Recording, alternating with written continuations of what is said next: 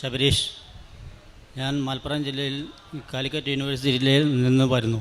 ഞാൻ ഇവിടെ എത്തിപ്പെട്ടത് എൻ്റെ അച്ഛൻ്റെ അനിയൻ്റെ ഭാര്യ എൻ്റെ ചിറ്റമ്മയുടെ കാരണമാണ് ഇവിടെ എത്തിപ്പെടാൻ കാരണം എൻ്റെ അമിതമായ മദ്യപാനമായിരുന്നു. 32 വർഷത്തെ മദ്യപാനം. അത് കാരണം കൊണ്ടാണ് ഞാനിവിടെ എത്തിപ്പെട്ടത്. ഞാനിവിടെ അടുത്തുണ്ടായിട്ട് പോലും എനിക്ക് ഈ പള്ളിയെപ്പറ്റി അറിയില്ലായിരുന്നു. ഞാനിവിടെ ആലപ്പുഴ ULCCയിലാണ് ഞാൻ വർക്ക് ചെയ്യണത്. ആലപ്പുഴ ചങ്ങനാശ്ശേരി റോഡിന് വർക്കിന് ഞാനിവിടെ തന്നെ അടുത്തുണ്ടായിട്ട് പോലും എനിക്കറിയില്ല. ആ സമയത്തൊക്കെ കുടീൻ്റെ ഉന്മാദാവസ്ഥയിലായിരുന്നു ഞാൻ. അങ്ങനെ ഒന്നില്ലാത്ത രീതിയിലായി. കല്യാണം കഴിഞ്ഞ് ഈ കുടിയിൽ നിന്ന് രക്ഷപ്പെടുത്താൻ വേണ്ടി അച്ഛന് ഇങ്ങനെയൊക്കെ ഒരു വിസ സംഘടിപ്പിച്ച് സൗദി അറേബ്യ പറഞ്ഞയച്ചു. അവിടെ പോയാൽ രക്ഷപ്പെടുമെന്ന് വിചാരിച്ചിട്ട്. പക്ഷേ എന്താ ചെയ്യുക, നിൻ്റെ നിർഭയം കൊണ്ട് അവിടെ നിന്നും കള്ളുകൂടി തന്നെയായിരുന്നു. തിരിച്ചു വന്ന് കല്യാണം കഴിഞ്ഞാൽ നേരാവുമെന്ന് വിചാരിച്ച് കല്യാണം കഴിപ്പിച്ചു. കല്യാണം കഴിഞ്ഞിട്ടും അങ്ങനെ തന്നെ. പിന്നെ ഭാര്യയെ കൂട്ടാൻ രാത്രി 10 മണിക്ക് റെയിൽവേ സ്റ്റേഷനിൽ പോയി കൂട്ടാൻ പോയിരുന്ന ഞാൻ എന്നെ കൂട്ടി കൊണ്ടുവരേണ്ട അവസ്ഥ, ബോധമില്ലാതെ അങ്ങനത്തെ അവസ്ഥയിലൊക്കെ ആയിപ്പെട്ടിരുന്നു.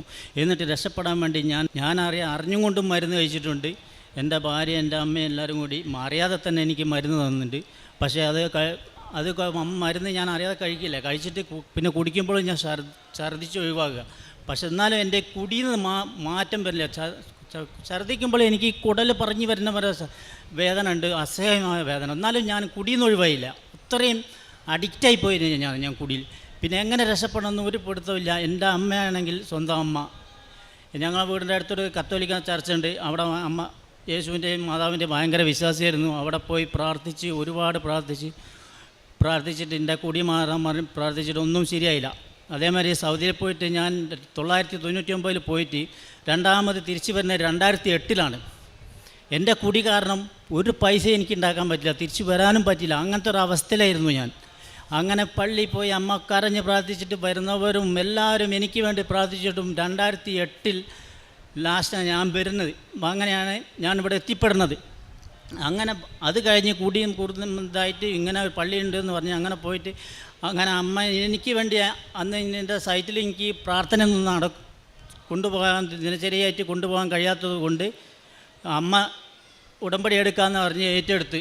അമ്മ ഏറ്റെടുത്ത് ഇവിടുന്ന് ഞങ്ങളിവിടുന്ന് ഉടമ്പടിയൊക്കെ ഏറ്റെടുത്ത് ഞങ്ങൾ തിരിച്ചു പോയി. എനിക്ക് സൈറ്റിൽ അന്ന് പണി കുറഞ്ഞ് ഭാര്യ പിണങ്ങിപ്പോയി.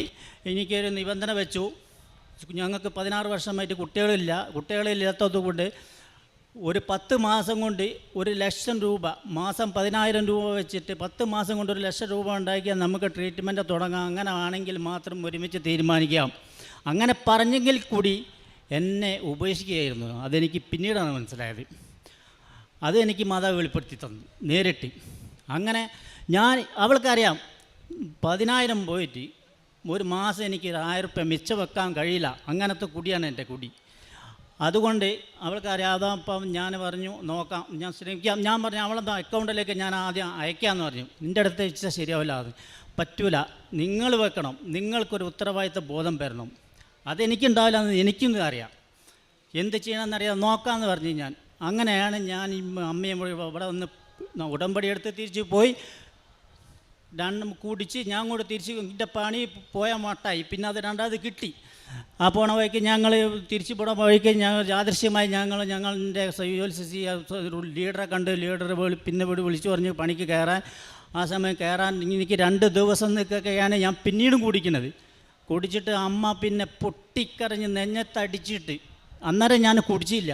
അത് തലേന്ന് ഞാൻ രാവിലെ കുടിച്ചതിൻ്റെ ഇത് തീർത്തിട്ട് എൻ്റെ മാതാവേ, ഞാനോട് എന്തിനു വേണ്ടിയാണ് എൻ്റെ ഉടമ്പടി എടുത്തത്, എൻ്റെ മകനെ വേണ്ടി ഉടമ്പടി എടുത്തിട്ട് എൻ്റെ മകൻ പിന്നെയും കുടിക്കാനുള്ളൂ എന്ന് പറഞ്ഞ് നെഞ്ഞത്തടിച്ചപ്പോൾ എനിക്ക് സങ്കടം വന്നിട്ട് ഞാൻ കൈയൊക്കെ പിടിച്ച് വെച്ച് അമ്മ കുറേ കരഞ്ഞ് എന്നെ കാണണ്ട പോകുമെന്ന് പറഞ്ഞ്.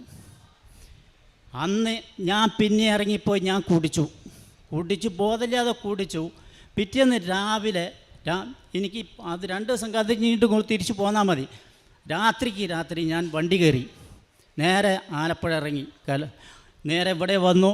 ഉടമ്പടി ഞാനങ്ങെടുത്ത് സ്വന്തം എനിക്ക് തോന്നിയിട്ട് ഞാൻ ഇവിടെ നിന്ന് ഉടമ്പടി എടുത്ത് പോയിട്ടും സൈറ്റിൽ കയറിയിട്ടും എൻ്റെ 1/9/2023 സെപ്റ്റംബർ മാസം 1-ാം തീയതി ഞാൻ എടുത്തു.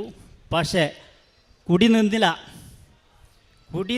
എൻ്റെ ഈ പ്രാർത്ഥന പോകേണ്ടില്ല. ലാസ്റ്റ് 15-ാം തീയതി ഞാനും വിളിച്ച അമ്മയോട് യേശുവിനോട് പറഞ്ഞു, ചെറുപ്പത്തിൽ ഞാൻ ഈ കത്തോലിക്ക സഭ ഈ പള്ളിയിൽ പോയത് ഞാൻ കുരിശൻ്റെ ഒന്നിൽ നിന്ന് വന്നൊക്കെ വെറുതെ നോക്കി ഇങ്ങനെ നിന്നുണ്ട്. അപ്പം ഞാൻ എൻ്റെ മനസ്സിൽ നിന്ന് പറഞ്ഞു, ഞാൻ അന്ന് അച്ഛൻ്റെ ചെറുപ്പത്തിൽ ഞാൻ ഒരുപാട് ഇഷ്ടപ്പെട്ടിട്ടുണ്ട്. പക്ഷേ ഞാനൊരാവശ്യവും ഞാൻ പറഞ്ഞില്ല. പക്ഷേ എനിക്കിപ്പോൾ ആവശ്യം വേണ്ട, എൻ്റെ മദ്യപാനം എനിക്ക് നിർത്തി തരണം, എനിക്ക് നിർത്തി തന്നേ മതിയാവും എന്ന് പറഞ്ഞ് ഞാൻ കരഞ്ഞുകൊണ്ട്, വല്ലാതെ കരഞ്ഞിട്ടൊന്നുമില്ല, എന്നെ കൊണ്ട് നിർത്തിച്ചതെന്ന് പറഞ്ഞു.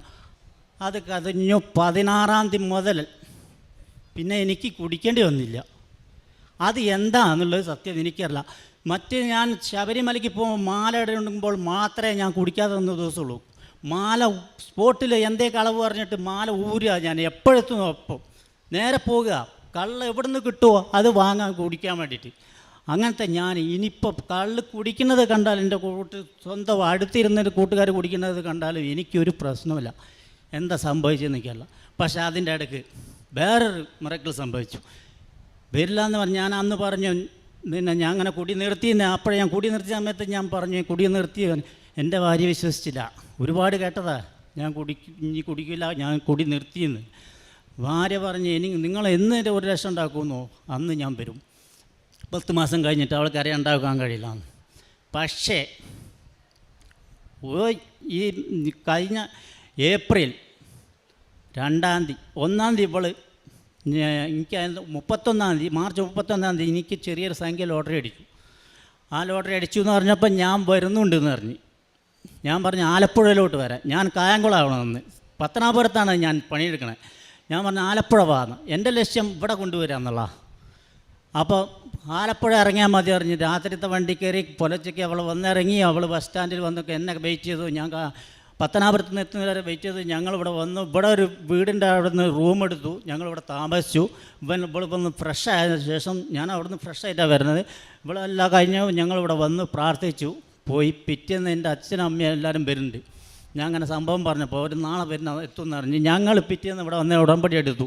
എൻ്റെ അച്ഛനും അമ്മയും എല്ലാവരും വന്നു, കണ്ടു, സന്തോഷമായി പോയി. ഇവളും പോയി. ഞാൻ തിരിച്ച് എൻ്റെ സൈറ്റിലേക്കും പോയി. പിന്നീട് ഞാൻ വീട്ടിലേക്ക് വരണമെന്നുണ്ടെന്ന് പറഞ്ഞ് ഞാൻ വീട്ടിലേക്ക് പോയിട്ട് അന്ന് പറഞ്ഞൊരു വർത്താനാണ് എനിക്ക് അറിയാം. അവളെന്നെ ഉപേക്ഷിച്ചതാണെന്ന് എനിക്ക് മനസ്സിലായെന്ന് ഞാൻ ആദ്യം പറഞ്ഞില്ലേ. എൻ്റെ അമ്മയോട് പറയാം, അമ്മേ ഞാൻ ഒരിക്കലും വിചാരിച്ചില്ല ഈ വീട്ടിലേക്ക് ഞാൻ കാലുകുത്തുമെന്ന്. അപ്പോൾ അവളെ മുമ്പ് തീരുമാനമെടുത്ത് എന്നെ ഉപേക്ഷിച്ചു എന്നുള്ള തീരുമാനം അവൾ എടുത്തിരിക്കുന്നു. എനിക്ക് മനസ്സിലായതാണ്. അന്നേരം എനിക്ക് അത് മാതാവ് വെളിപ്പെടുത്തിയിരുന്നത്. അതിൻ്റെ ഇടയ്ക്ക് ഞാൻ അവളോട് മാതാവ് ഇങ്ങനെ നിർത്തിയെങ്കിൽ നോക്കി കുറച്ച് ഇതോടെ പറഞ്ഞു, ഞാൻ മാതാവുണ്ട് എൻ്റെ കൂടെ, നീ എൻ്റെ കൂടെ വരും. ഞാൻ ഇങ്ങനെ പറഞ്ഞുകൊണ്ടിരുന്നു. അപ്പോൾ കാണാം എന്നാണ് അവൾ പറഞ്ഞത്. ഞാൻ പറഞ്ഞു നേരിട്ട് കാണാം, ഓക്കെ. അങ്ങനെ പറഞ്ഞാൽ എനിക്ക് മാതാവ് തന്നു. എത്ര നന്ദി, ഇങ്ങനെ ഇപ്പോൾ കോടാനുകോടി നന്ദി എന്ന് പറഞ്ഞതുകൊണ്ടൊന്നും എനിക്ക് തീരില്ല നന്ദി. പിന്നെ എന്നെക്കൊണ്ട് കഴിയുന്ന എല്ലാ സഹായങ്ങളും എല്ലാം ഞാൻ ചെയ്യേണ്ടത്. ഒരു പാവപ്പെട്ടവരെ കണ്ടു കഴിഞ്ഞാൽ എനിക്ക് എൻ്റെ ഡ്യൂട്ടി ടൈമുണ്ട്, ഒരു നിശ്ചിത സമയമുള്ളൂ എനിക്ക് അത് ചെയ്യാൻ പറ്റുള്ളൂ. അതിനുള്ള എല്ലാ ഇതും ചെയ്യേണ്ട പേപ്പർ ഞാൻ വിതരണം ചെയ്യാറുണ്ട്. പാവപ്പെട്ടവരെ ഞാൻ സഹായിക്കാറുണ്ട്. ഹോസ്പിറ്റലിൽ പോകാൻ പറ്റുന്നതിൻ്റെ കൂടെ പറ്റുന്നവർക്ക് കൂടെ പോയിട്ട് സഹായിക്കണം. പിന്നെ അവിടെ നിന്ന് കാണുന്നവരൊക്കെ സഹായിക്കണം. പറ്റുന്ന അവസരത്തിൽ എല്ലാ സഹായവും ഞാൻ ആദ്യവും ചെയ്യലുണ്ട്, ഇപ്പോഴും ചെയ്യലുണ്ട്. എന്തായാലും എനിക്ക് ഇപ്പം നല്ലൊരു ജീവിതം തന്നു. എല്ലാവർക്കും എന്നെ കൊണ്ട് ആദ്യത്തെക്കാൾ ഇരട്ടി സന്തോഷമായി. ഞാനിങ്ങനെ മാറും എൻ്റെ നാട്ടുകാർക്കും എൻ്റെ കൂട്ടുകാർക്ക് പോലും വിശ്വസിക്കാൻ പറ്റില്ല. ശബരിക്ക് എന്ത് മാറാ, എല്ലാവരോടും ഞാൻ പറയുന്നുണ്ട്, വിട്ടോ, ഇങ്ങനെ തന്നെ പറഞ്ഞേ. അവിടെ ഒരു മാതാവുണ്ട്, നിങ്ങൾ പോയാൽ രക്ഷപ്പെടും. എനിക്ക് അത്രേ പറയാനുള്ളൂ. ബാക്കിയെല്ലാം മാതാവ് നോക്കിയോളും. പക്ഷെ നിങ്ങൾ പോയേ പറ്റൂ. എന്താണെന്നുള്ളതൊന്ന് പറഞ്ഞാൽ വിശ്വസിക്കാൻ പറ്റില്ല. അവിടെ നേരിട്ട് പോയി അനുഭവിക്കുക, അത്രയേ ഉള്ളൂ.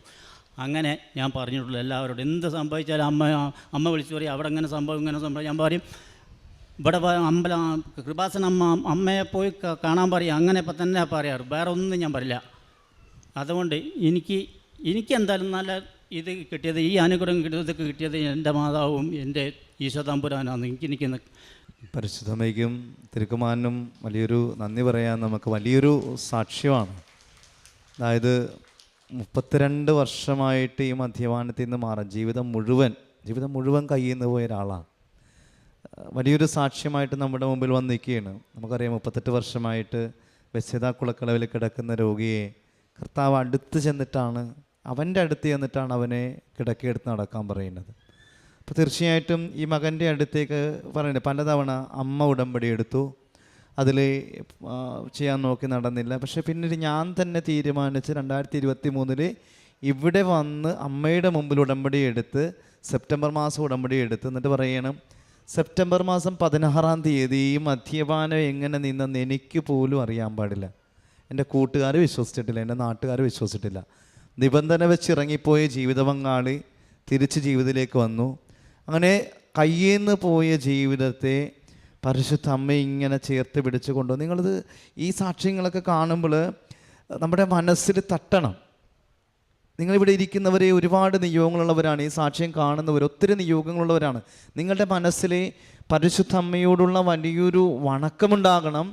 ഈ കൃപാസന ആൾത്താരെ പ്രത്യക്ഷപ്പെട്ട അമ്മയുടെ പ്രത്യക്ഷീകരണത്തിൽ വിശ്വസിച്ചുകൊണ്ട് അമ്മയുടെ പ്രത്യക്ഷീകരണത്തിന് എന്നെയും ഇതുപോലെ സാക്ഷിയാക്കണേ എന്ന് പറഞ്ഞുകൊണ്ട് വേണം നിങ്ങൾ ഉടമ്പടി നിബന്ധനകൾ പാലിക്കാനും ആത്മവിശുദ്ധീകരണ പ്രവൃത്തികളൊക്കെ ചെയ്യുവാനും.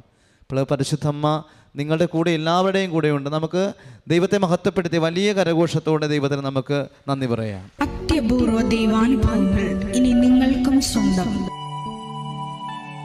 ഈ യൂട്യൂബ് ചാനൽ ഇതുവരെ സബ്സ്ക്രൈബ് ചെയ്തിട്ടില്ലെങ്കിൽ ഇപ്പോൾ തന്നെ സബ്സ്ക്രൈബ് ചെയ്യുക. ഈ വീഡിയോ ഇപ്പോൾ തന്നെ നിങ്ങളുടെ സുഹൃത്തുക്കൾക്ക് ഷെയർ ചെയ്തുകൊണ്ട് കർത്താവിൻ്റെ പ്രേക്ഷിതരാകുക.